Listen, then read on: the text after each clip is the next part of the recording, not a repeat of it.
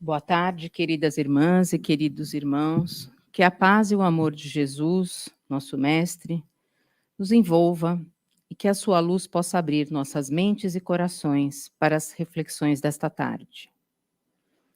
Com muita alegria no coração, agradeço a esta casa e também ao plano espiritual pela oportunidade de aprendizado. E dando continuidade ao estudo do livro Nosso Lar, hoje vamos abordar o capítulo 31, cujo o título é Vampiro. Esse título nos deixa um pouco assustados, nos traz à mente uma imagem que causa um certo receio. Lembramos das imagens de Drácula, enfim. O capítulo é um pouco denso também, mas traz importantes aprendizados. E durante a descrição do capítulo, nós vamos comentar o porquê desse título. Então, vamos lá. Então, o capítulo tem início com André Luiz descrevendo que em uma noite durante o trabalho no auxílio dos irmãos necessitados, e aqui vale relembrar que André, no início, havia se oferecido para trabalhar no período do dia e depois se ofereceu também, devido à necessidade de ajuda e a tão poucos colaboradores, a trabalhar no período noturno. Então, enquanto eles ajudavam, ele e a senhora Narcisa, né, ajudavam um doente ali, que pedia auxílio, outro ali que necessitava de passes para reconforto. Enquanto eles atendiam todos os enfermos necessitados, eles ouviram uma gritaria próxima. André teve um movimento instintivo de aproximação, mas a senhora Narcisa o deteve, dizendo que ali se localizavam os desequilibrados do sexo, que o quadro seria extremamente doloroso para os seus olhos e que deveria guardar essa emoção para mais tarde, quando estivesse mais preparado. Vejam que, apesar do tratamento, do período em que ele já estava de refazimento, tal, ele ainda não se encontrava preparado para presenciar esses quadros ainda mais dolorosos do que aqueles que ele já estava presenciando. Nós não vamos abordar os desequilíbrios do sexo, pois esse não é o tema central desse capítulo. Mas saibamos que a energia sexual é uma das energias mais fortes que o espírito tem. E é uma energia muito importante, mas também muito fácil de ser desviada, causando transtornos espirituais, desequilíbrios e sofrimentos quando usados de forma inadequada. Oportunamente haverá oportunidade para maiores reflexões sobre esse tema. André não insistiu, conforme as sugestões anteriores da senhora Laura, para que ele não se desviasse do trabalho justo, não ficasse perguntando por mera curiosidade, apesar de permanecer com muitas interrogações sobre esse assunto, já que se abrira para ele um novo mundo para várias pesquisas intelectuais. Não sei se se recordam, André era médico na Terra, pesquisador, então ele já tinha esse instinto aí de pesquisar. E foi quando chegou até eles o senhor Justino, que integrava o corpo dos sentinelas das câmaras de retificação, dizendo que havia uma infeliz mulher pedindo socorro no grande portão que dava para os campos de cultura e que possivelmente teria passado despercebida aos vigilantes da primeira linha. Então, haviam vigilantes de várias linhas para tomar cuidado, para que nenhum espírito que não tivesse merecimento entrasse e perturbasse a harmonia e os trabalhos que eram realizados lá no nosso lar. Vamos lembrar que ali era um local de tratamento e um local bem próximo ao umbral. A senhora Narcisa interroga o porquê do vigilante não ter atendido, e o mesmo explica que não poderia fazê-lo segundo as ordens que o regiam, já que a pobrezinha estava rodeada de pontos negros, demonstrando a gravidade do caso. Foram ao encontro da pobre mulher, caminhando mais de 1 quilômetro através de um campo enluarado, onde lado a lado um arvoredo tranquilo de um parque muito extenso era agitado pelo vento caricioso. Ao chegarem à cancela, se depararam com a miserável figura de uma mulher que implorava por socorro. Relatou André que nada viu, apenas um vulto de uma senhora infeliz, coberta por farrapos, com o rosto horrendo e pernas em chagas vivas. A senhora Narcisa parecia enxergar um pouco mais detalhes, que eram então imperceptíveis ao olhar de André. Ele imaginava que algo mais intenso ela estivesse percebendo, dado o assombro que estampava na sua fisionomia, que geralmente era calma. Bradou então a mendiga, sensibilizando o coração de André e da senhora Narcisa. Filhos de Deus, dai-me abrigo à alma cansada. Onde está o paraíso dos eleitos, para que eu possa fruir a paz desejada? Narcisa perguntou a André se estaria vendo os pontos negros que a envolviam. André respondeu que não, e recebeu como explicação de que possivelmente a sua visão espiritual ainda não estaria suficientemente educada. A visão e a percepção de cada um está relacionada ao grau de evolução do espírito. Quanto mais elevado, mais ele consegue ver além das aparências. Esse é o tema central do capítulo, né? Nós vamos chegar lá, as falsas aparências. Narcisa disse que por ela abriria imediatamente a porta, mas que quando se tratava de criaturas naquelas condições, nada poderia resolver, precisando recorrer ao vigilante-chefe. Pediu que a senhora ali os aguardasse e foram até o diretor das sentinelas das câmaras de retificação, que daqui para frente nós vamos chamar de irmão Paulo, e disse que precisariam comunicar o que estava ocorrendo e pedindo que ele fosse até o local com eles.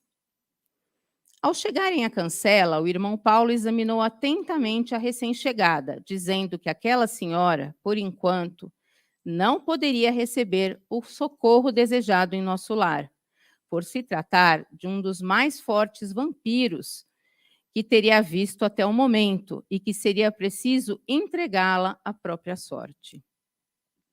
Então, vamos dar uma pequena pausa aqui no capítulo para refletir um pouquinho o que seriam esses vampiros mencionados pelo diretor da vigilância e o porquê de não poderem ser acolhidos em nosso lar.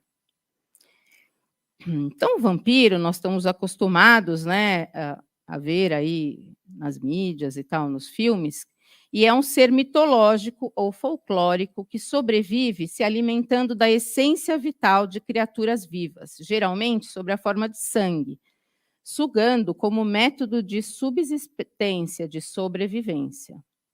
Na doutrina espírita, o termo vampiro é usado analogamente para definir o ato do espírito que suga intencionalmente as energias do outro, em alusão à figura do Drácula, que hipnotizava as vítimas e lhes sugava o sangue até a morte.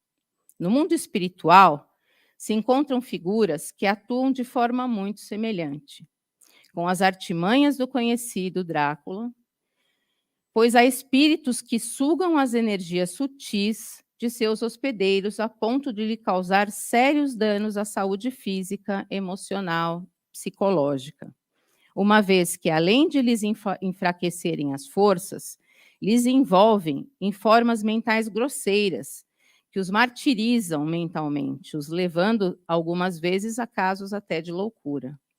É como se eles estivessem em um processo de infecção fluídica, de tão grave é o dano que é causado à vítima. O termo vampiro também tem sido usado analogamente para designar espíritos obsessores, que absorvem as energias vitais das suas vítimas. O vampirismo é considerado um parasitismo psíquico, é um tipo de obsessão mais comum do que imaginamos.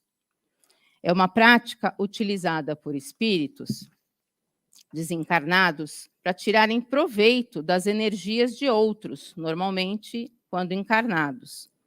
Ao desencarnar, o homem leva consigo todos os seus vícios e necessidades, dependendo da sua nova situação no mundo dos espíritos e principalmente da região onde habita. É muito comum que sinta ainda as mesmas necessidades que tinha quando encarnado. Como não tem meios para desfrutar dos prazeres da vida corpórea e sem condições de suprimir essa necessidade em sua nova condição, ele busca apoio daqueles encarnados que podem lhe oferecer formas para a satisfação dessas vontades. Então, temos aí o sugador de energias vitais que se aproximam de um encarnado porque querem sugar os prazeres que eles podem oferecer e que são a prática em excesso dos vícios em comum. Podemos citar os viciados nas drogas, no jogo e até em práticas mais comuns do dia a dia, mas que, quando em excesso, oferecem sérios prejuízos, como no caso da alimentação excessiva, do fumo, do uso excessivo de bebidas alcoólicas e também do uso excessivo e desequilibrado das atividades sexuais. Então, a gente precisa refletir, né, sobre os excessos que a gente vem cometendo, até porque vamos pensar em quais são os espíritos que nós estamos atraindo.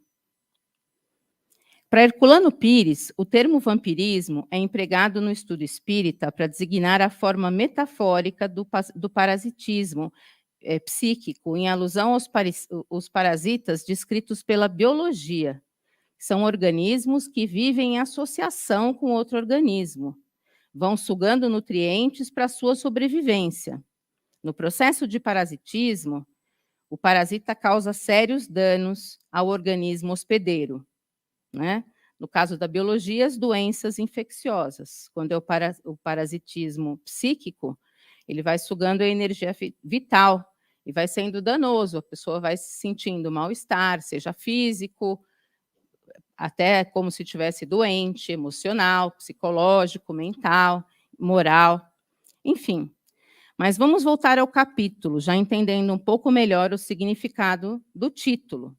E logo nós vamos ver o porquê do irmão Paulo ter chamado a senhora, que ali pedia socorro, de vampiro.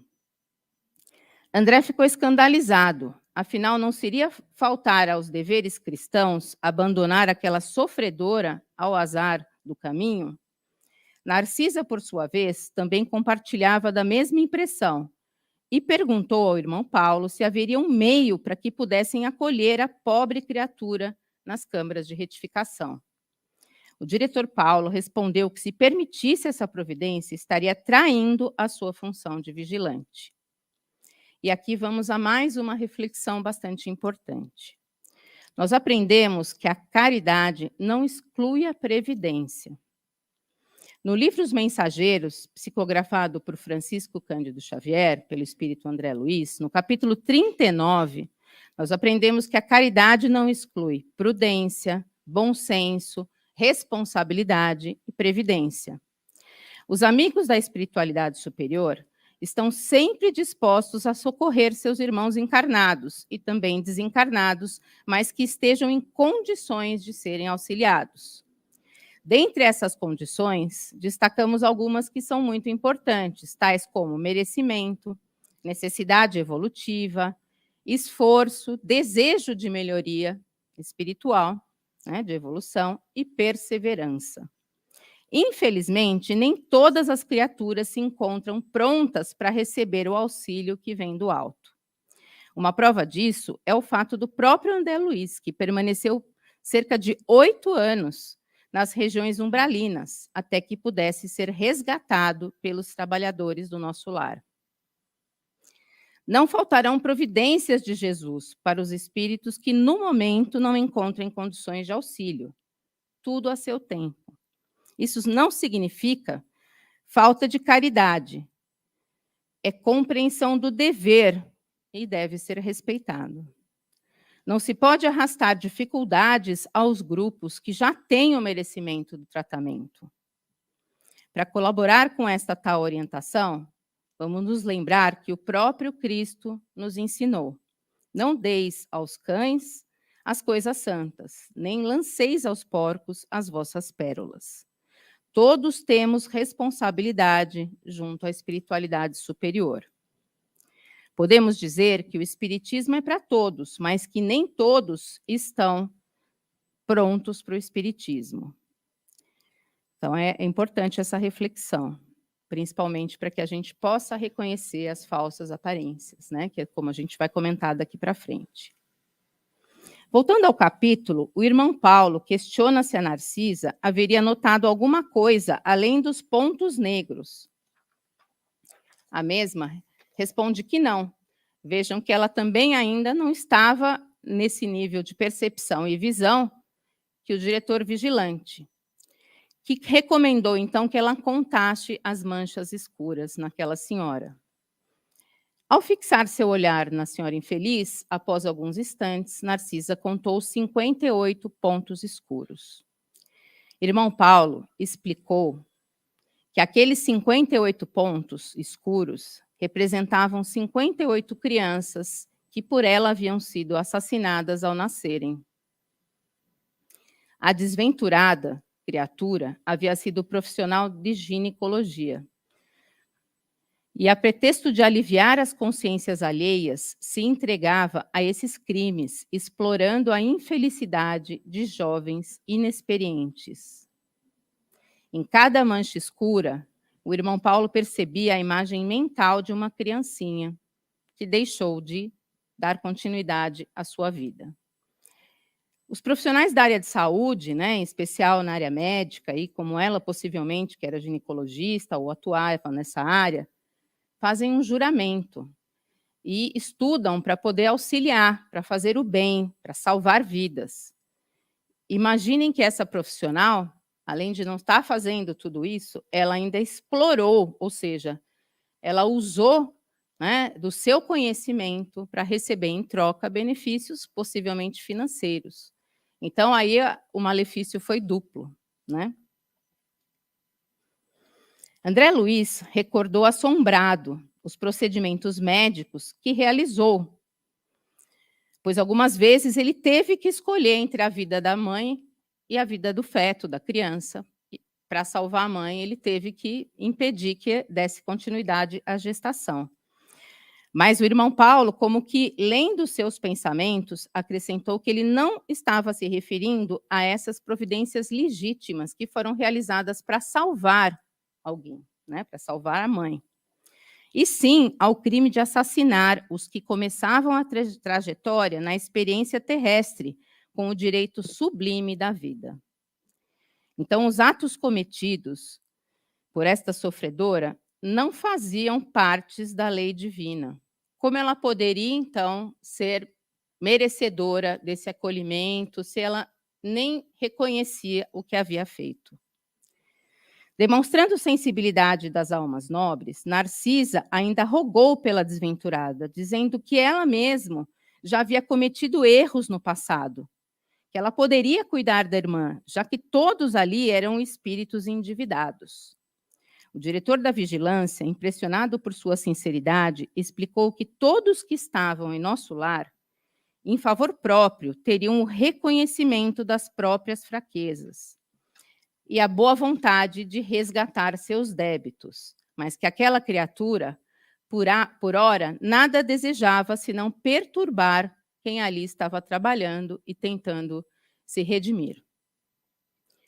Os que trazem sentimentos calejados na hipocrisia emitem forças destrutivas e podem atrapalhar a harmonia de um ambiente saudável, mais saudável, né? Então, para isso serviria um serviço de vigilância. E sorrindo exclamou: vamos buscar a prova do que eu estou explicando. Aproximando-se da irmã pedinte, perguntou: que deseja a irmã do nosso concurso fraterno? A mesma respondeu: socorro.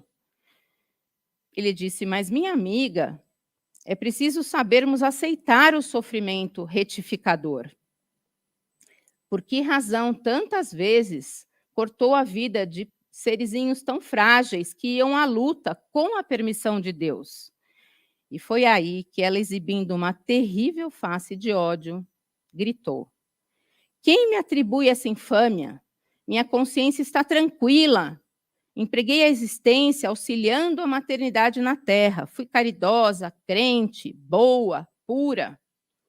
O irmão Paulo respondeu que não era o que estava observando na fotografia viva dos seus pensamentos e atos, e que aquela irmã ainda não havia recebido nem mesmo o benefício do remorso. Recomendou a ela que, quando abrisse a alma às bênçãos de Deus, reconhecendo seus atos e as suas próprias necessidades de regeneração, deveria retornar ao nosso lar. Irada, o chamou de demônio, feiticeiro, entre outras palavras, dizendo que jamais ali voltaria, por estava esperando o céu que lhe fora prometido. Com uma atitude ainda mais firme, falou o vigilante-chefe com autoridade. Então, faça o favor de se retirar. Não temos aqui o céu que deseja. Estamos numa casa de trabalho, onde os doentes reconhecem o seu mal e tentam se curar junto aos servidores de boa vontade que lhes cuidam. A mendiga, então, objetou atrevidamente que não estava pedindo remédio nem serviço, que estava procurando o paraíso que fez por merecer, praticando boas obras. Endereçando um olhar de extrema cólera, perdeu o aspecto de enferma ambulante, né, de coitadinha, e se retirou com passo firme, como quem permanece absolutamente segura de si. O irmão Paulo acompanhou com o olhar durante alguns minutos. Se voltou para André e para a senhora Narcisa e disse: vocês observaram o vampiro? Exibe a condição de criminosa e se declara inocente. É profundamente má e se afirma boa e pura. Sofre desesperadamente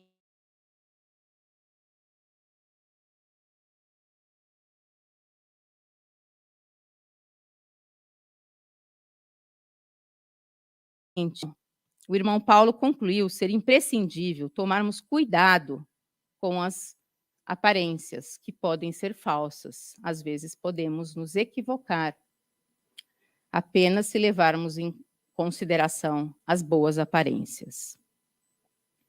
Naturalmente, disse ele, a infeliz seria atendida no momento certo pela bondade divina, mas que, por princípio de caridade legítima, na posição em que ele se encontrava, ele não poderia abrir as portas do nosso lar. Vejam que a caridade legítima, nesse caso, fez com que ele protegesse o grupo todo, em detrimento de acolher aquela senhora. Né? Ele não poderia abaixar a guarda e deixar um espírito com falsas aparências influenciar aquele ambiente. Vamos dar mais uma paradinha aqui para refletir um pouco sobre as falsas aparências. Jesus asseverou que o reino divino não surge com as aparências exteriores. Inicia-se, se desenvolve e se consolida em resplendores eternos que estão dentro do nosso coração.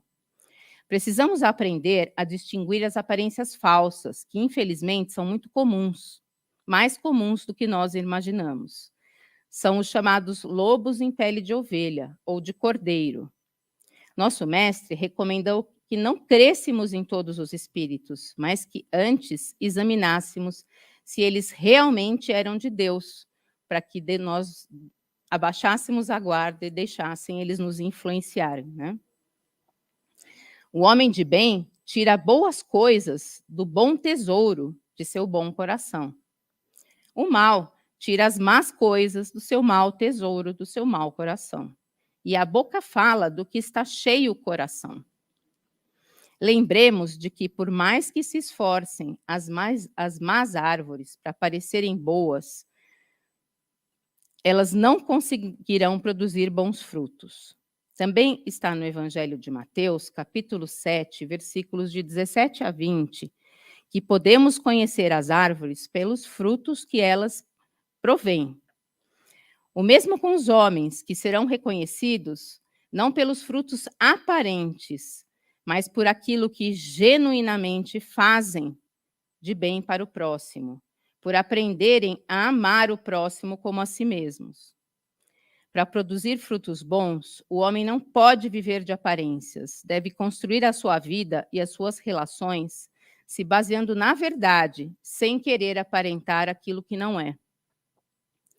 Emmanuel, no livro Consolador, escreveu que a verdade é a essência espiritual da vida. Em geral, aquele que sempre quer se passar pelo que não é, tem como algumas de suas características principais de personalidade o orgulho e a vaidade. O orgulho é o pai de todos os males e que acaba por desencadear todos outros defeitos de personalidade. Nos dá a crença cega de superioridade. A vaidade, por sua vez, traz a necessidade de admiração, de aceitação, de aplausos.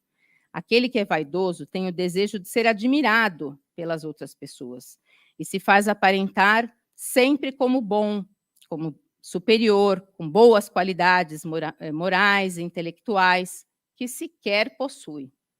Mas tem necessidade assim mesmo de se exibir, de ostentar, de se vangloriar por uma aparência ilusória. Segundo o dicionário, vaidade é a característica daquilo que é vão, que não possui conteúdo e que se baseia numa aparência falsa, mentirosa. Podemos concluir, a partir da própria etimologia da palavra, que o vão pode decorrer do vazio existente na própria alma da pessoa. Para o vaidoso, admitir um erro é muito difícil, pois significa ofuscar o brilho que necessita. Para vivermos na verdade, precisamos nos afastar das falsas ilusões. O retorno do espiritismo ao mundo físico para uma nova experiência humana é marcado por uma série de adversidades, aflições, provações e diversos desafios. Dentre esses desafios, um dos maiores é a ilusão, que leva ao erro de percepção da realidade, uma espécie de distorção do que é verdadeiro. Precisamos entender que não somos seres humanos vivendo uma experiência espiritual, e sim seres espirituais vivendo uma experiência humana. E, como tal, precisamos estar ao máximo vigilantes para não confundirmos e, ao invés de colocarmos a matéria em serviço do espírito, colocarmos o espírito a serviço da matéria e de prazeres puramente materiais e efêmeros. Esse capítulo realmente nos leva a grandes reflexões. Nós precisamos olhar para dentro de nós mesmos, nos analisar melhor e nos conhecer melhor. O autoconhecimento é fundamental na busca da verdade e indispensável para a nossa evolução e melhoria espiritual, para a nossa retificação. Retificar significa tornar reto, corrigir, modificar o que precisamos modificar em nós, no nosso íntimo, nas nossas atitudes, nos nossos pensamentos. Sócrates já dizia que conhecer é passar da aparência para a essência, da opinião para o conceito, é a busca da verdade. Somente quando o homem conseguir viver integralmente segundo a verdade, sem falsas aparências, sem ilusões, poderá caminhar em direção à felicidade plena que tanto busca. Queridos irmãos e irmãs, que possamos refletir sobre esses ensinamentos, os colocando em prática, e que Jesus esteja sempre em nossos corações e ao nosso lado para nos ajudar. Uma ótima reunião a todos.